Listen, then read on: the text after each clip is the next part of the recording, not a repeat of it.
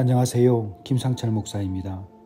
오늘은 시편 127편 3절에서 5절까지의 말씀을 통해 부모의 역할이라는 제목으로 새벽 묵상을 하도록 하겠습니다. 제가 본문을 읽겠습니다. 보라, 자식들은 여호와의 기업이요 태의 열매는 그의 상급이로다. 젊은 자의 자식은 장사의 수중에 화살 같으니 이것이 그 전통을 가득 채운 자는 복되도다. 그들이 성문에서 그들의 원수와 말할 때에 수치를 당하지 아니하리로다. 아멘. 오늘 본문은 자녀가 하나님께로부터 온 소중한 기업임을 알려주고 있습니다. 부모는 단순히 아이를 낳아 기르는 사람이 아니고 하나님께서 맡기신 기업을 충성스럽게 관리하고 풍성하게 하는 청지기입니다. 자녀에게는 미래가 있고 그 미래를 준비하는 일은 부모에게 주어진 거룩한 사명입니다. 그래서 보라, 자식들은 여호와의 기업이요 태의 열매는 그의 상급이로다, 이렇게 말씀이 있는 것입니다. 자녀를 바라볼 때 내 것이 아니라 하나님께서 주신 선물임을 먼저 깨달아야 합니다. 이는 자녀를 존중하고 귀하게 여기며 동시에 부모가 가진 욕심이나 이기적인 목적이 아니라 하나님께서 기뻐하시는 방향으로 자녀를 인도하도록 이끌어주는 것이죠. 그런데 이러한 경우는 자녀가 반듯하게 잘 자라고 부모의 염려와 걱정에서 벗어나서 자기 일들을 솔선수범 인도하는 그런 삶일 때 사실 좀 적용될 수는 있죠. 그런데 자식이 있는데 이 자녀가 너무나 속을 새기고 잘못된 길을 가고 권면을 해도 듣지 않고 자신에게 해로운 일들만 행하고 나갈 때에 부모의 마음은 찢어지죠. 어떻게든 도와주려고 해도 받아들이지 못하는 그 아이들을 보게 되는 그 부모의 마음을 저도 잠시 공유할 수 있습니다. 그것이 얼마나 힘든 일인지 너무나 잘 알고 있습니다. 자, 그래서 오늘은 정말 이런 표현이 어떨지 몰라도 잘못된 길을 걷고 있는 자녀들을 부모가 어떻게 해야 될 것인가, 이 부분을 한번 살펴보면 좋겠습니다. 저는 아주 극단적인 예를 하나 들도록 하겠습니다.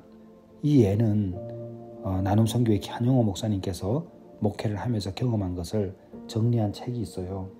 그리고 저하고 인터뷰할 때도 여러 부분에서 골고루 해주셨는데 그 중에 또 한 가지의 이야기입니다. 그래서 이거를 제가 읽어드리고 다음으로 또 넘어가도록 하겠습니다. 이 예는 부모가 자녀를 잘못 양육한 그런 케이스예요. 그러니까 따지고 들어가서 상담을 해보면 이 부모의 마음도 이해되고 어떻게 했든 자식이 미워서 그렇게 하는 행동은 아니겠죠. 그러나 우리가 부모의 역할에 있어서 해야 할 말이 있고 하지 말아야 할 말이 있다는 것을 다시 한번 돌아보는 그 설교를 하기 위해서 하는 것이니까 여러분 그 면에서 들어주시면 좋겠습니다. 제가 읽어보겠습니다.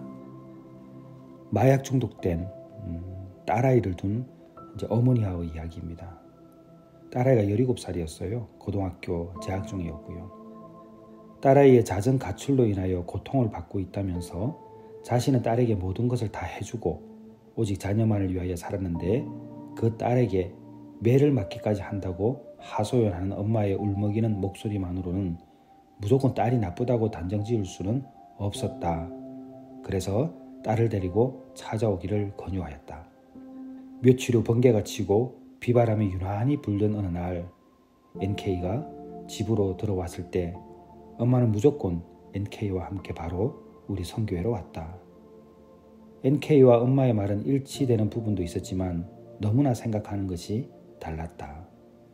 NK는 외모에 상당한 컴플렉스를 가지고 있는 여학생이었다.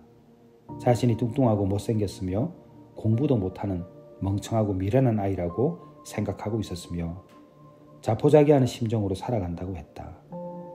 NK는 2년 전 친구를 만나고 돌아오는 길에 어떤 이로부터 성폭행을 당한 적이 있었는데 경찰의 인도로 집으로 돌아올 수 있었다.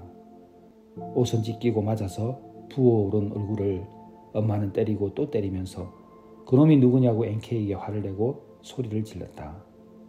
몇 날을 맞았는지 그리고 얼마나 울었는지 모른다. NK는 그 사람이 누군지도 알지도 못할 뿐더러 자기가 그러한 상황인데 어떻게 자신을 위로해 주기는커녕 윽박지르고 때리기까지 하는 엄마가 정말 야속했다. 정작 죽고 싶은 사람은 자기인데 어떻게 부모가 저럴 수 있을까 하며 그저 자기가 죽어야지 이 일이 끝난다라는 생각을 굳혔다고 했다. 시간이 지날수록 그 아픈 기억은 없어지지 않고 더욱 생생해졌다고 한다. 그것은 NK가 조금만 늦게 들어오거나 무슨 잘못만 해도 엄마는 무조건 저러니 나쁜 일을 당하고 돌아다니지 너 또 그런 일 당하고 싶으냐 하는 식으로 매일 귀에 못이 박히도록 이야기를 했다는 것이다. 그것이 어떻게 자기 잘못이냐며 NK는 서럽게 울었다. NK는 참다 못해 될 대로 되라는 심정으로 가출을 하고 컴퓨터 채팅을 통해서 나쁜 이성 친구들을 만나기 시작했다. 이후에 계속되는 그 자녀의 이야기는 너무나 가슴 아프고 슬픈 이야기들 뿐이었습니다. 우리가 자녀를 키울 때에 하나님이 맡기신 자녀라고 생각하게 되면 정말 말을 잘 듣는 자녀도 있을 수 있지만 참으로 어떻게 가르쳐야 할지 어떻게 이 아이를 인도해야 될지 이렇게 어려울 정도로 힘에 겨운 자녀들도 존재합니다. 그런데 한 가지 우리가 부모의 역할에서 알아야 될 것이 있습니다. 자녀가 고통을 당할 때 우리는 정말 위로해야 됩니다. 먼저 사랑부터 해야 합니다. 어떻게 보면 자녀이기 때문에 우리가 함부로 대할 수 있습니다. 물론 저도 자식을 키우는 입장에서 제 감정에 묻혀서 자녀들을 대할 때가 분명히 있었습니다.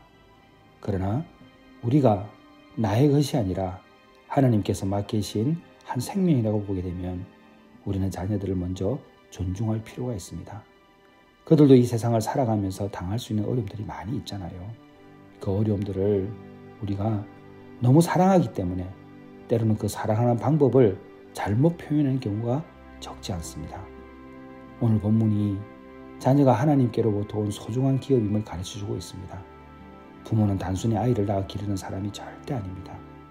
하나님이 맡기신 기업을 충성스럽게 관리하고 풍성하게 하는 청지기입니다. 그래서 자녀가 잘못된 길을 갈 때 때로는 절벽 위에 서 있거나 구덩이에 빠져 있을 때에 손을 내밀어 붙잡아 줄 수 있는 너무나 가슴 아프고 힘이 들어도 늘 옆에서 안전하고 안심할 수 있는 그 부모가 되어야 할 것입니다. 정말 어려운 거 알고 있습니다. 도박 중독 때문에, 알코올 중독 때문에, 마약 중독 때문에 이런 어려움 때문에 겪고 있는 그 부모의 마음을 저도 상담을 하면서 많이 경험하고 있기 때문에 함께 눈물이 나고 어떻게 위로할 줄 몰라가지고 저도 어려울 때가 있습니다. 그래도 어떡합니까? 이겨내시고 한 번 더 사랑해 주시고 옆에 손을 잡고 서 있어 주시기를 주님의 이름으로 축원합니다. 기도하겠습니다. 하나님 아버지, 하나님께서 맡기신 기업임을 믿습니다. 하나님 아버지, 하나님께서 충성스럽게 관리하고 풍성하게 하는 청지기로 믿어주셔서 감사합니다. 너무나 하기 어렵고 어떻게 해야 될지 몰라서 방향을 찾지 못할 때 있지만 그래도 주님께서 주시는 사랑으로 부모들이 자녀를 잘 양육할 수 있도록 도와주시옵소서. 예수님의 이름으로 기도드렸사옵나이다. 아멘.